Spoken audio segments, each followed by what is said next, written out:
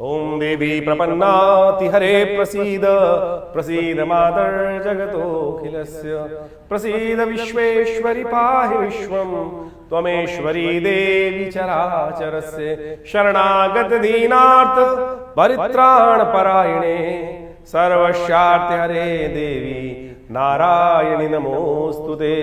नमस्कार, स्वागत है आपका आचार्य वाणी में। मैं आचार्य डॉक्टर विक्रमादित्य आपके साथ हूँ और आज का विषय हमारा है मिथुन राशि वालों के लिए ग्रह नक्षत्रों का योग इस समय में कैसा रहेगा। मिथुन राशि के स्वामी बुध है और बुध बहुत जल्दी परिवर्तन की तरफ जाते हैं। बहुत दिनों से बुध की उठापटक विचित्र रूप चल रही थी और बुध का परिवर्तन का योग फिर बन गया है। बड़ी मुश्किल से बुध आपकी राशि में आए थे और अब फिर परिवर्तन का योग बना रहे हैं। और ये परिवर्तन नेगेटिव नहीं है, चिंता ना करें, क्योंकि बुध विशेष तौर पर बड़े थाली के बैंगन माने जाते हैं, कुमार माने जाते हैं और कुमार का कोई भरोसा नहीं होता कब कहाँ, कभी इधर अच्छा लगे कभी उधर अच्छा लगे, कब कहाँ बहने लगे। जब कोई ग्रह अच्छा होता है तो बुध वैसे ही काम करने लगता है, जब कोई ग्रह खराब होता है तो बुध वैसे ही खराब करने लगता है कई बार काम। तो मिथुन राशि वालों को खासतौर पर समझना चाहिए, इस वक्त आपकी राशि में ही कई ग्रहों की योग बन रहे हैं। सूर्य, बृहस्पति, बुध सब के सब आपके यहाँ विराजमान है। इसके साथ साथ इन जून के अंतिम भाग में कई ग्रहों का परिवर्तन का योग भी है। षडाष्टक शनि का और मंगल का योग चल रहा है, शुक्र परिवर्तन की तरफ जा रहे हैं, बृहस्पति भी कुछ ना कुछ परिवर्तन का एक विशेष योग बना रहे हैं, लेकिन वो परिवर्तन का योग थोड़ा सा विचित्र है क्योंकि वो राहु के आघोष में जा रहे हैं। राहु नैसर्गिक दृष्टिकोण से बड़े ताकत में माने जाते हैं। उनके नक्षत्र में बृहस्पति का प्रवेश जो आपकी राशि में इस वक्त विराजमान है वो बहुत अच्छा नहीं कहा जा सकता। तो ध्यान रखिएगा, अस्त बृहस्पति थोड़ा सा ज्ञान का लोप हो रहा है। सही दिशा को प्राप्त करने के लिए थोड़ा सा आपको संघर्ष करना पड़ेगा, सही सानिध्य प्राप्त करना पड़ेगा, सही ज्ञान को सही समय पर लेने का आपको थोड़ा एक्वायर करने के लिए मेहनत करनी पड़ेगी। इस बात को समझना पड़ेगा। छोटी छोटी बातों में गुस्सा होना, जीतना छोड़ दीजिए। ऐसा योग बन रहा है आपकी राशि के दृष्टिकोण से।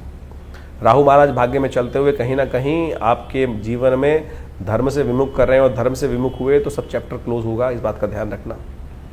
समझ लीजिए क्या से कौन कौन से उपाय कब कब कैसे करने हैं, क्या कौन सा खेल कब होगा आपके साथ। 21 तारीख की बात करें, 21 जून के लिए, तो विशेष तौर पर मिथुन राशि वालों के लिए ग्रह नक्षत्र क्या बन रहे हैं जान लीजिए। शनिवार का दिन, उस दिन सूर्य जो उदय हो रहे हैं वो दिल्ली के पंचांग के अनुसार से 10वीं में होंगे, लेकिन जब अगले दिन सूर्योदय होंगे तो 12वीं में होगा, द्वादशी में होगा, यानी एकादशी बीच में लोप हो रही है।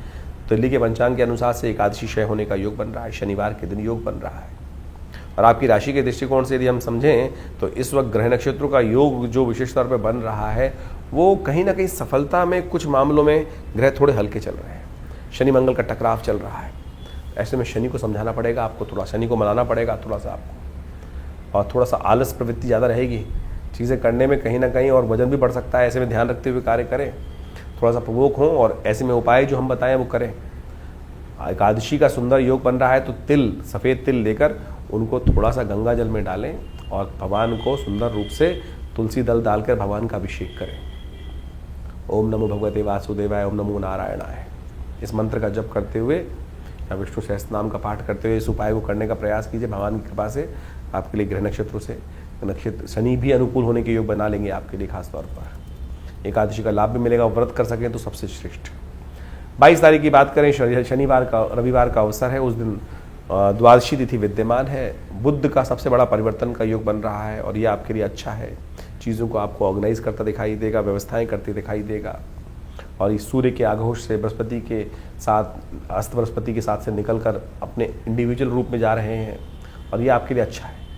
एक छोटा सा उपाय हम आपको बता रहे हैं, वो अवश्य कीजिएगा। कन्या पूजन यदि हर रोज़ थोड़े रूप में कर सकें, कोई गरीब कन्या दिखाई दे जाए तो उसको कुछ ना कुछ फल इत्यादि यदि दे दें तो ये बुद्ध को ताकत देने वाला रहेगा और ये आपके बुद्धि को सही रूप से आगे बढ़ाने के अग्रसर अवसर देता रहेगा। हमने भी विवेकानंद योगाश्रम में इस रविवार के दिन आमतौर पर नवग्रह शांति महायज्ञ करते ही हैं, गायत्री यज्ञ करते ही हैं। आप चाहें तो उसमें भी अपने नाम से यज्ञ में सम्मिलित हो सकते हैं। भगवान की कृपा से लाभ मिलेगा। 23 तारीख का दिन सोमवार का अवसर है और उस दिन विशेष तौर पर ग्रह नक्षत्र को समझें आपके योग किस प्रकार के बन रहे हैं। त्रयोदशी तिथि सोम प्रदोष का योग, चंद्रमा उच्च के हो जाएंगे इस दिन आपकी राशि के दृष्टिकोण से, लेकिन आपके लिए थोड़ा सा खर्चे बढ़ाने के योग बना सकते हैं। आपका विचार थोड़ा खर्चे ज़्यादा की तरफ अग्रसित रहेगा, ये कर लें, ऐसा कर लें, ऐसा कर लें। ध्यान रखिएगा, सदुपयोग करें धन के खर्च का, धन के खर्च का दुरुपयोग ना हो, यानी गलत कार्यों में धन का खर्च ना हो। व्यय तो होना ही है, व्यय नहीं रुकेगा आपकी राशि के दृष्टि। तो उपयोग करने का प्रयास करना चाहिए। जीवन में बड़ी आपाधापी है, भागता चला जा रहा है समय। हमको लगता नहीं है कि समय को हम कैसे अपने काबू में लाएं। जा पर कृपा राम की हुई, ता पर कृपा सब जीवन में हर लोग कृपा करने के योग बना देते हैं, समझे। तो इसलिए राम को प्रसन्न करने का, इष्ट को प्रसन्न करने का प्रयास करें।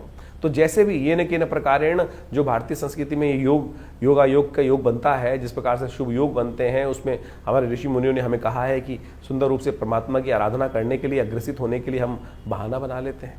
तो ये बहाना नहीं है, ये अपने आप को साधने का तरीका है। तो आषाढ़ के महीने में हमने विवेकानंद योगाश्रम में जैसा आपको अवगत कराया है कि गुप्त नवरात्रि का बड़ा विशाल यज्ञ रखा है, जो 26 तारीख से आरंभ होगा प्रतिपदा से, आषाढ़ के शुक्ल पक्ष की प्रतिपदा से, और पूरे 9 दिन दिव्य यज्ञ चलेगा माँ भगवती दुर्गा के सानिध्य में।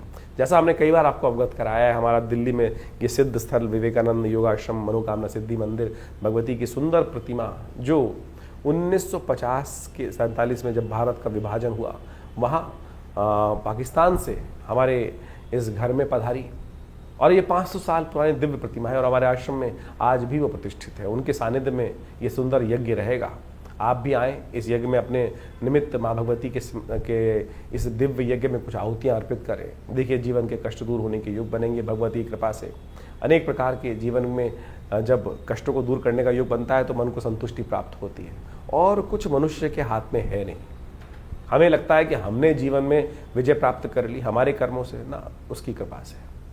तो इसलिए उसकी कृपा का जब भी आपको प्राप्त करने का मौका मिले तो उससे चूकिए मत। सुंदर रूप से अपने आप को अग्रसित करें परमात्मा की प्रार्थना के प्रति, और जो कुछ ग्रह खराब भी है ना, वो ठीक हो जाएंगे। कई बार लोग ज्योतिष को ऐसा समझ लेते हैं कि डरने का योग है, भयावह स्थिति ऐसी बन जाती है, लेकिन डरने से कुछ नहीं होगा, उपाय करने से होगा। उपाय हम आपके समक्ष समय समय पर उपस्थित करते रहते हैं और उनको बताने का प्रयास भी करते हैं। तो आशा करें, समझें कि आपके जीवन में परिवर्तन लाने के जो सुयोग आपके द्वारा ही बनेंगे, किसी और के द्वारा नहीं बनेंगे। इस बात को समझ लीजिए।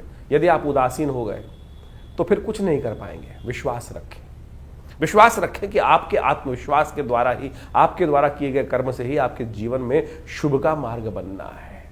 हम कई बार ऐसे उदासीन हो जाते हैं, अरे कुछ नहीं होने वाला, अरे सब कुछ होगा। वेद कहता है ना, उपनिषद कहता है ना, उत्तिष्ठ जागृत प्राप्त वरान निबोधता।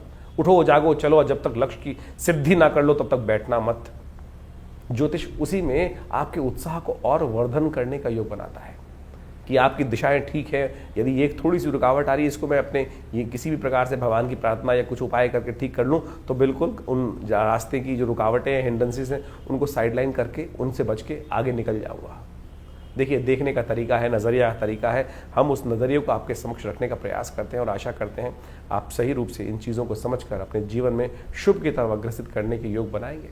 और हमारा ये आश्रम विवेकानंद योग आश्रम हमेशा आपके साथ बहुत सारे वीडियोज़ को, बहुत सारे कार्यक्रमों को साझा करता रहता है। आइए विवेकानंद योग आश्रम में जुड़िए इन कार्यक्रमों के साथ और अपनी संस्कृति के सही रूप को पहचानने का प्रयास करेंगे तो अच्छा रहेगा।